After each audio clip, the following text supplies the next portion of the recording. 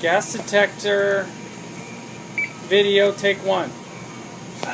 Alright, go ahead. Gas cylinder, demand flow regulator. Whenever you have a pumped unit, you're going to want to use a demand flow regulator. That way you don't have to worry about turning it on and off. Leave it on accident, all your gas is gone, another 200 and something bucks.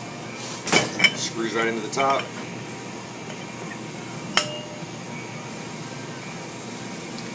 Now, your instruments right now are set up to both run off the same gas.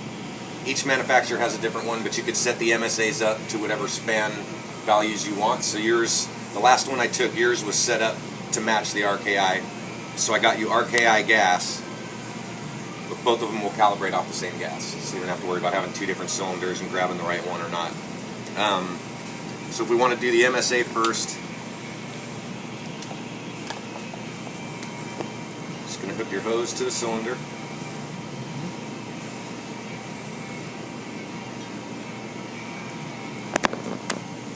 Now I know you guys have the books and manuals on these, and have you guys ever touched these at all as far as calibration?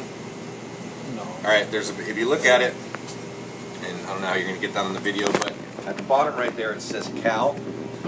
Oh. Can you see that at the bottom right corner? Yeah. Okay, so you're going to press and hold that arrow over the cal.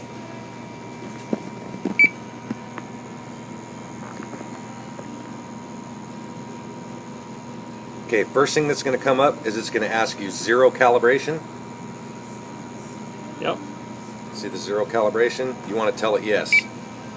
Whenever you do this, you want to make sure you're in a clean environment, like inside here in the office in your lab. You don't want to be out there next to a machine that could have anything. So it's going to go through and it's going to zero out all your sensors and tell them this is zero in fresh air. Okay. Now, the next thing it's going to do is it's going to ask you span calibration. It's going to flash. Okay. Okay. Then you're going to want to hit yes. As soon as you hit yes, it'll tell you that's when you apply the gas. You're just going to take your hose there, put it on, and you're going to see that the bar it's got a bar at the bottom. The light goes off on it, but there's a bar across the bottom, and that'll tell you the progress. Yeah, it does go 100%. Yeah, it'll go to 100%. Basically, you're going to see all your numbers start going up to basically the values that you see on your cylinder.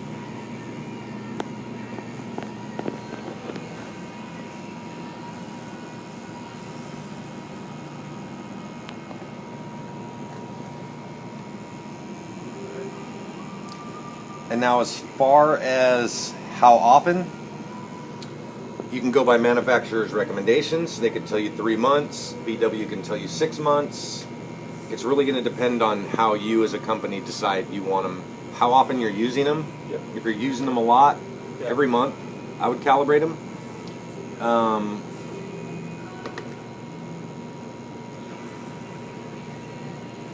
What I'll also show you when this is done is you can do a bump test.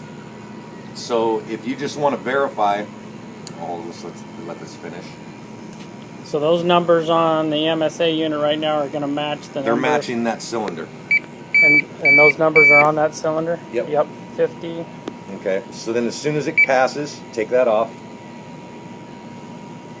And it's basically just going to off gas. So you're going to see all those numbers slowly drop back down. And as soon as that calibration is done, and these drop back down, you're in direct reading mode again, and you're ready to go. So that pressure regulator is only releasing gas when we as put the a pump suction pulls on it, yes. Alright.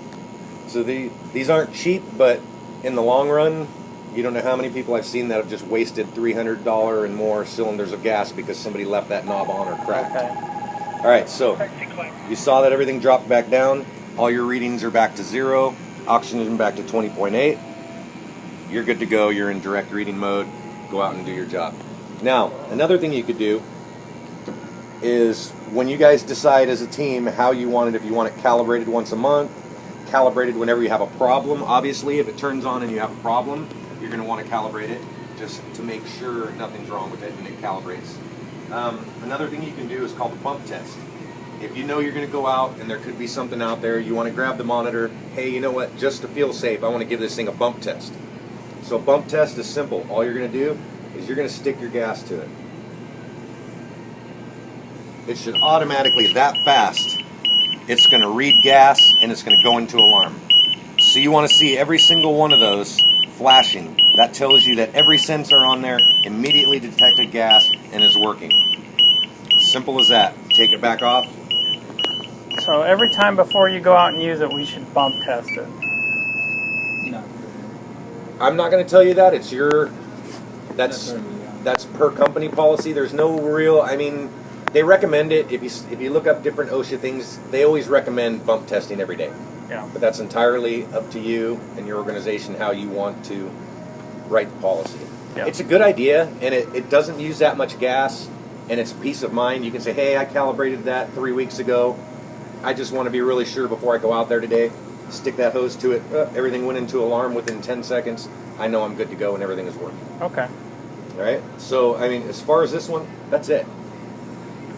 And so what you want, again, what you're going to want to do is set up a spreadsheet. I could even make one for you to match what we have, and you're just going to want to put the date you calibrated it, who calibrated it, the serial number of the monitor that you're calibrating.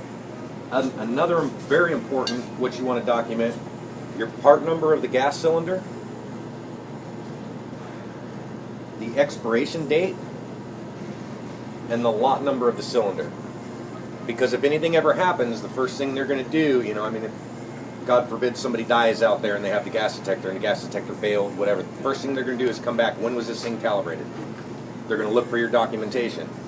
They're going to look, okay, hey, he calibrated it 2 days ago. Great. What gas did he use to calibrate it? Right there, we have it all documented. So the next step, it's going to go, hey, look, you guys are all in line, you guys have everything documented, you did what you're supposed to do. Next person that's going to get called into court is the gas company. They're going to go to them, hey, show us all the documentation on this cylinder with this date with this lot number. That'll bring the gas company into it. They'll come in, they'll say, hey, here's all our documentation, our gas is fine, here's all the standards, regulations, everything else printed out for this particular cylinder. And then that way everybody is covered as far as liability. Then the investigation goes further into what happened. But just always protect yourself first and foremost. And that's how you do it, is the documentation of how you calibrate it. Now on these, so you're going to turn the instrument on. You guys all know how to turn these on and everything, right? Okay. So now you're in direct reading mode. You're going to switch. I'll leave you these two tubes. So you're in direct